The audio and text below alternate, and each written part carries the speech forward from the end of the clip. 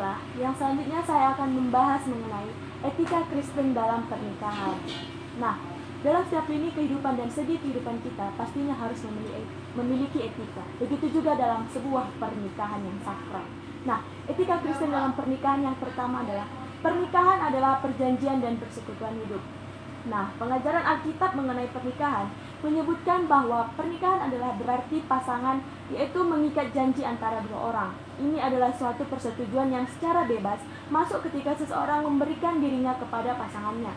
Dalam pernikahan terjadi persatuan jiwa dengan jiwa dan tubuh dengan tubuh. Di dalam 1 Korintus 11 ayat 11-12 dikatakan bahwa di dalam Tuhan tidak ada perempuan tanpa laki-laki dan tidak ada laki-laki tanpa perempuan.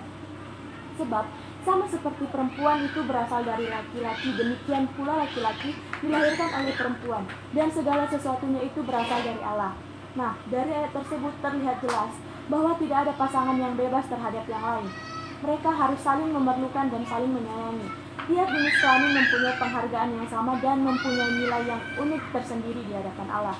Dalam hal ini tidak ada orang Yahudi atau orang Yunani, tidak ada hamba atau orang merdeka, tidak ada laki-laki atau perempuan, karena kamu semua adalah satu di dalam Kristus Yesus. Tertulis dalam Galatia 3 ayat 28.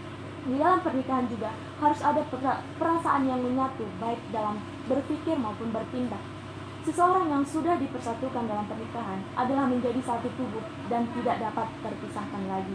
Dalam Efesus 5 ayat 28-31. Mereka tidak memiliki diri mereka sendiri, tetapi diri mereka adalah milik pasangan mereka dan saling memiliki. Nah, yang kedua, pernikahan merupakan suatu komitmen sepanjang hidup, namun tidak bersifat kekal. Apa maksudnya dalam hal ini? Yesus mengatakan bahwa apa yang sudah dipersatukan oleh Allah tidak boleh diceraikan oleh manusia. Tertulis dalam Matius 19 ayat 6. Maksudnya adalah bahwa pernikahan yang sudah sah mengandung sebuah komitmen sepanjang hidup tidak boleh lagi ada perceraian. Hal ini dikatakan juga oleh Paulus di dalam Roma 7 ayat 2. Sebab seorang istri terikat secara hukum dengan suaminya selama suaminya itu masih hidup.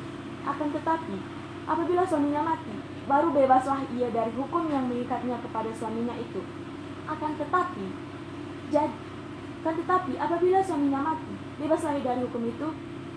Jadi, jika salah satu dari pasangan mereka ada yang mati, barulah seseorang terbebas dari ikatan pernikahan dan dapat menikah lagi atau tetap hidup dalam kondisinya yang demikian. Nah, walaupun pernikahan merupakan suatu komitmen sepanjang hidup di hadapan Allah, namun komitmen tersebut, kebersatuan manusia laki-laki dan perempuan di dalam pernikahan tidak sampai pada kekekalan. Yesus menjelaskan dalam Matius 22:30 bahwa karena pada waktu kebangkitan, orang tidak kawin dan dikawinkan, melainkan hidup seperti malaikat di surga. Nah, dari ayat tersebut terlihat jelas bahwa di kehidupan kekal tidak ada lagi pernikahan.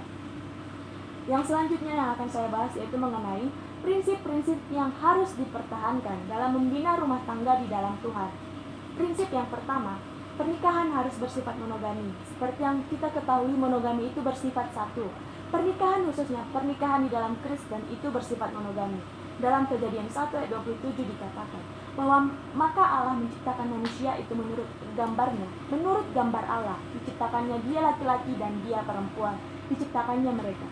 Kristus menegaskan kembali hal ini dalam Matius 19 ayat 4. Dikatakan bahwa, jawab Yesus, tidakkah kamu baca bahwa ia yang menciptakan manusia sejak semula, menjadikan mereka laki-laki dan perempuan. Jadi, pernikahan Alkitabiah adalah antara seorang pria biologis dengan seorang perempuan biologis. Karena itu, pernikahan dengan sesama jenis atau homoseksual ataupun pernikahan dengan hewan bukanlah sebuah pernikahan, melainkan penyimpangan dari ketetapan-ketetapan yang telah ditetapkan oleh Tuhan.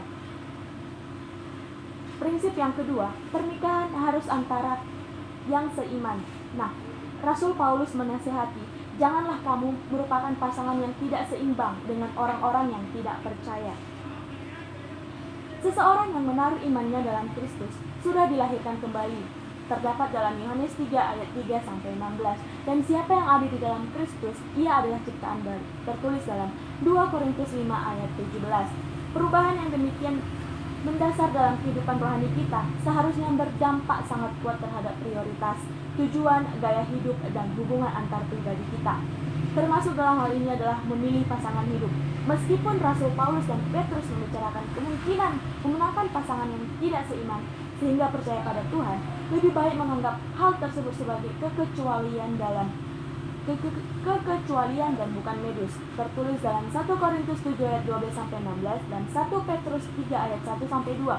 Tidaklah bijak untuk memutuskan menikah dengan seseorang yang tidak seiman, karena hal ini akan lebih rumit dan membawa banyak masalah.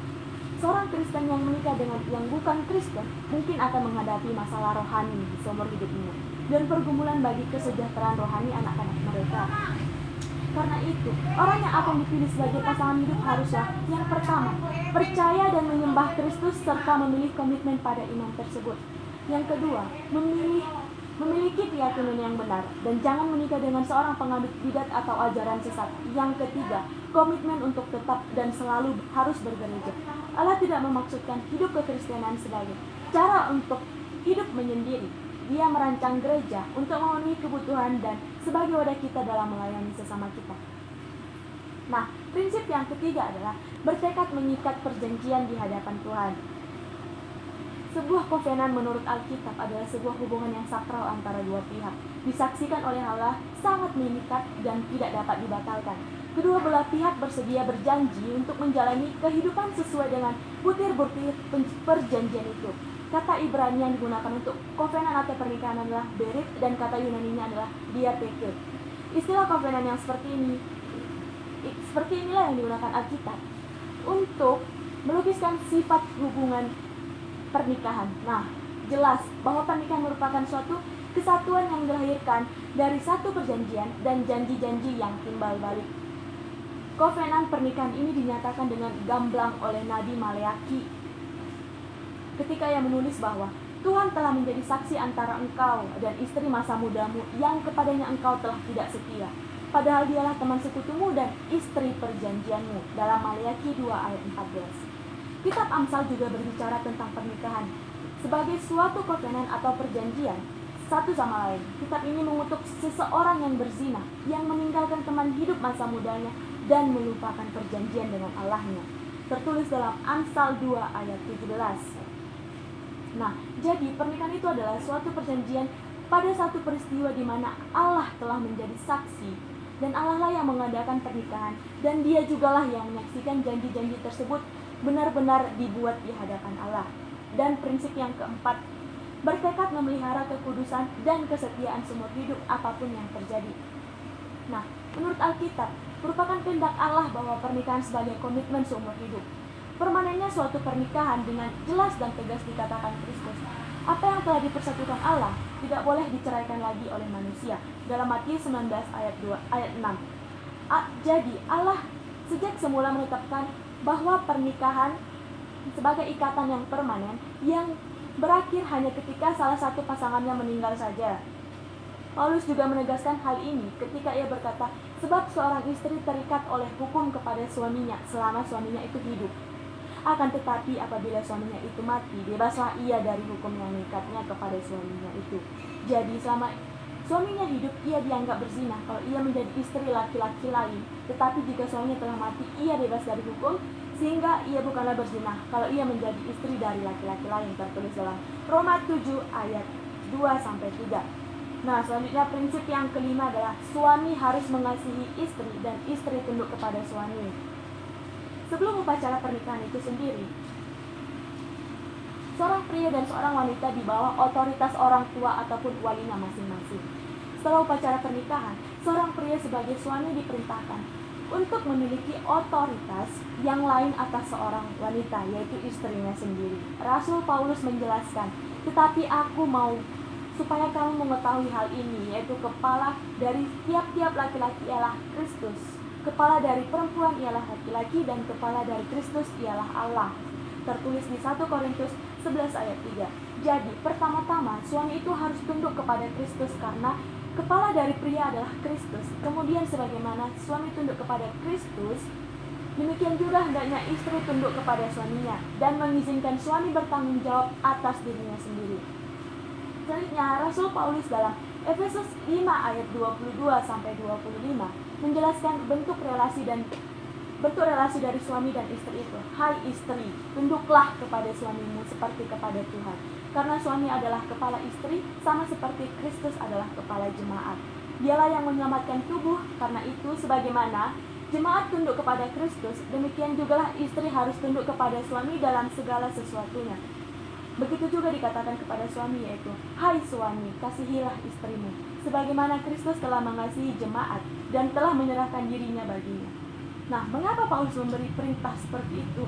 Yaitu istri tunduk kepada suami dan suami mengasihi istri. Dan hal ini diulangi lagi dalam Kolose 3 ayat 18-19. Hai istri, tunduklah kepada suamimu sebagai mana seharusnya di dalam Tuhan. Hai suami, kasihilah istrimu dan janganlah berlaku kasar terhadap dia. Nah, prinsip yang selanjutnya, prinsip ke-6, bertekad untuk mendidik anak-anak sesuai dengan ajaran dan nasihat Tuhan. Secara khusus, dengan hadirnya anak sebagai karunia dari Tuhan, relasi suami dan istri dalam pernikahan akan bertambah. Kehadiran anak-anak membentuk relasi orang tua dengan anaknya. Suami dan istri yang telah mempunyai anak, kini telah menjadi orang tua. Relasi ini disertai suatu tanggung jawab, yaitu tanggung jawab orang tua terhadap